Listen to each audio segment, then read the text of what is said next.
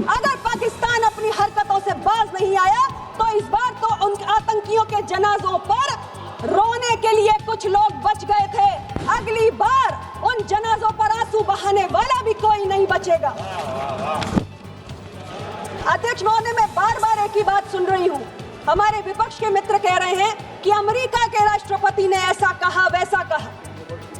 मुझे बहुत ताज्जुब होता है कि मेरे विपक्ष के मित्रों को अपने देश के प्रधानमंत्री क्या कह रहे हैं उस पर भरोसा नहीं है, मेरे विपक्ष के मित्रों को दूसरे देश का राष्ट्रपति क्या कह रहा है उस पर भरोसा है। यानी प्रधानमंत्री जी ने फोन पर दो टूक कहा कि भारत ने अपनी शर्तों पर संघर्ष विराम किया है, लेकिन इन्हें उस पर यकीन नहीं है। कल को अध्यक्ष जी, कल अगर अमेरिका के राष्ट्रपति कहेंगे कि भारत में सूरज पश्चिम से उगता है तो हमारे विपक्ष के मित्र ये भी मान जाएंगे। धन्यवाद अध्यक्ष महोदय।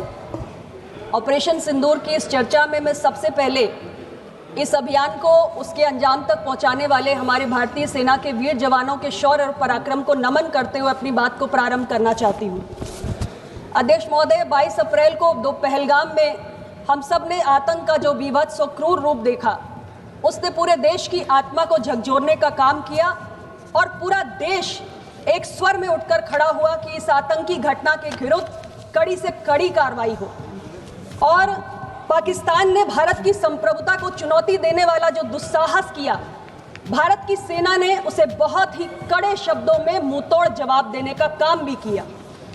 विश्व के इतिहास में ऐसा पहली बार हुआ कि केवल 22 मिनट के अंदर 9 हाई वैल्यू आतंकी लॉन्च पैड को ध्वस्त कर दिया गया।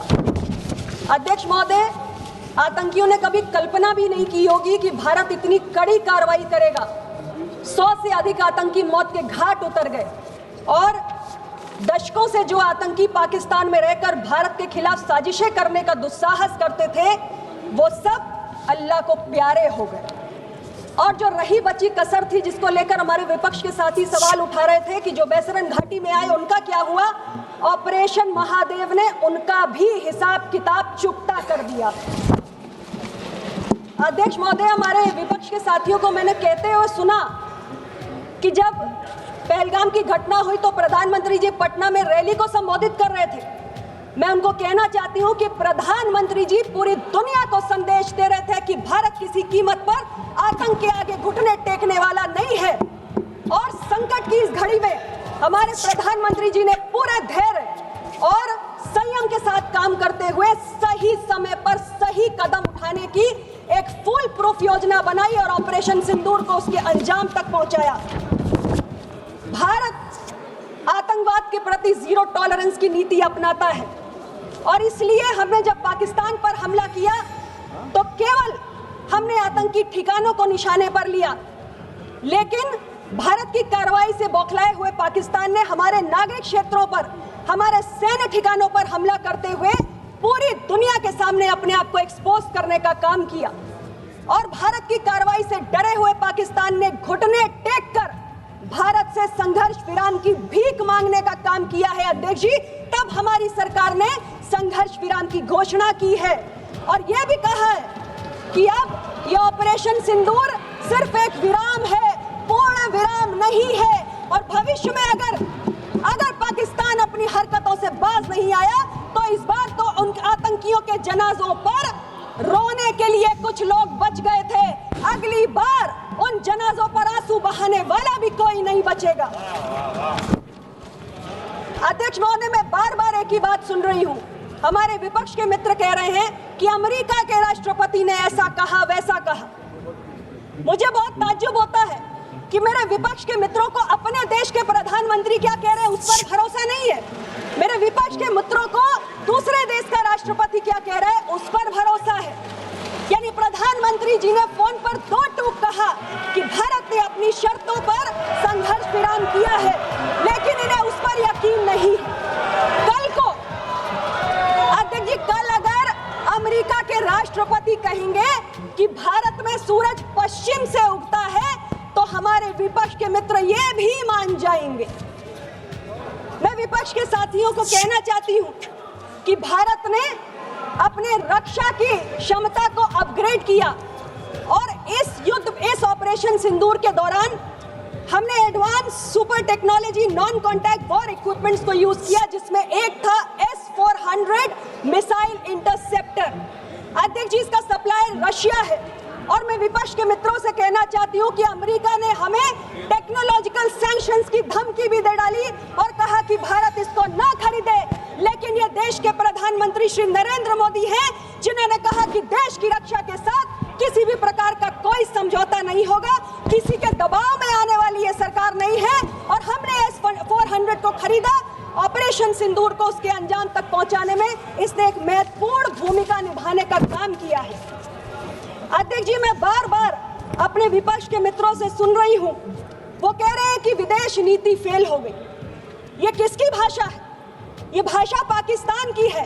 वो बार बार ये बात कह रहा है कि भारत की विदेश नीति फेल हो गई और मुझे ताज्जुब होता है, मेरे विपक्ष के मित्र भी वही बात कहते हैं। और जब ये हमारे भारत विरोधी ताकतों की भाषा बोलते हैं तो मैं कहती हूँ ये रिश्ता क्या कहलाता है। अध्यक्ष जी, अभी मुझे थोड़ा बोलने दीजिए। अध्यक्ष जी, ये कहते हैं कि सर्वदलीय डेलीगेशन भेजे आपने, क्या हुआ? उन डेलीगेशन में तमाम दलों के हमारे एमपीज गए थे और कांग्रेस पार्टी से मैं कहना चाहती हूँ, इनके 3 वरिष्ठ नेता, 2 सांसद, 1 वरिष्ठ नेता उसमें गए, मैं नाम नहीं लेना चाहती। और उन्होंने कौन सा गुनाह किया? उन्होंने केवल अंतर्राष्ट्रीय मंच पर पाकिस्तान को कटघरे में खड़ा करने का काम किया। भारत की जो टेररिज्म के खिलाफ नीति है उससे दुनिया को अवगत कराया, लेकिन इन्होंने अपने उन तीनों नेताओं की लानत मलामत करके रख दी। आज इन्होंने उनको किनारे लगा दिया। इनके एक नेता मौन हो गए। एक नेता कहते हैं कि भारत का रहने वाला हूं, भारत की बात सुनाता हूं, और एक नेता कहते हैं is it so difficult to be patriotic in this country. ये हालात है इस कांग्रेस पार्टी के अध्यक्ष जी। और मैं इनको याद दिलाना चाहती हूं कि जब संयुक्त राष्ट्र में कश्मीर का मसला उठा था, तब भी भारत की सरकार ने, माननीय नरसिंह राव जी की सरकार ने एक डेलीगेशन भेजा था, जिसका नेतृत्व वाजपेयी जी ने किया था और वहां उन्होंने भारत का साथ दिया था, भारत की आवाज को रखा था और उनकी पार्टी ने उनके साथ किनारा नहीं किया था। ये हमारी विदेश नीति है।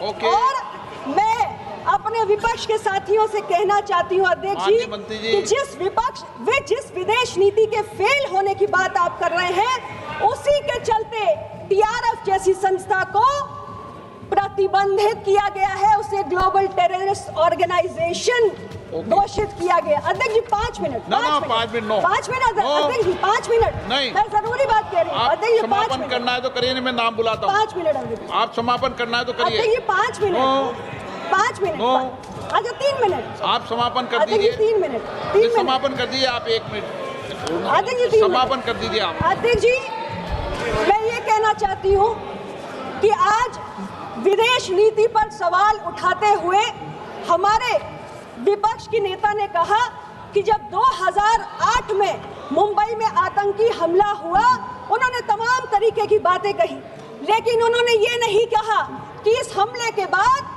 दोनों देशों के प्रधानमंत्रियों ने जॉइंट स्टेटमेंट जारी किया और पाकिस्तान को आतंकवाद का पीड़ित देश घोषित करने का काम इन्होंने किया, इनकी सरकार ने किया। और विदेश नीति पर सवाल उठाने वाले लोग आज ये भी कहते हैं कि भारत और बांग्लादेश की सीमा पर फेंसिंग नहीं होनी चाहिए, क्योंकि अगर फेंसिंग हो गई तो दोनों देशों के बीच के रिश्ते खराब हो जाएंगे। मुझे नहीं मालूम कि हमारे विपक्ष के साथी कौन सी विदेश नीति इस देश के अंदर लागू करना चाहते हैं। अध्यक्ष महोदय, हमारे प्रधानमंत्री जी ने 73 देशों की यात्राएं करके जो भारत की ब्रांडिंग की है, ये उसका नतीजा है कि दुनिया के तमाम देश आज भारत के साथ खड़े हुए हैं। भारत आज केवल सुनने वाला देश नहीं है, भारत आज बोलने और नेतृत्व करने वाला देश है। ये आपकी विदेश नीति थी जिसमें पीओके का एक बड़ा हिस्सा चीन के पास चला गया, लेकिन ये हमारी सरकार है जिसने ऑपरेशन सिंदूर को जलाकर पाकिस्तान को और पूरी दुनिया को आतंकवाद के खिलाफ भारत की जीरो टॉलरेंस की नीति से अवगत कराने का काम। श्री राहुल गांधी जी।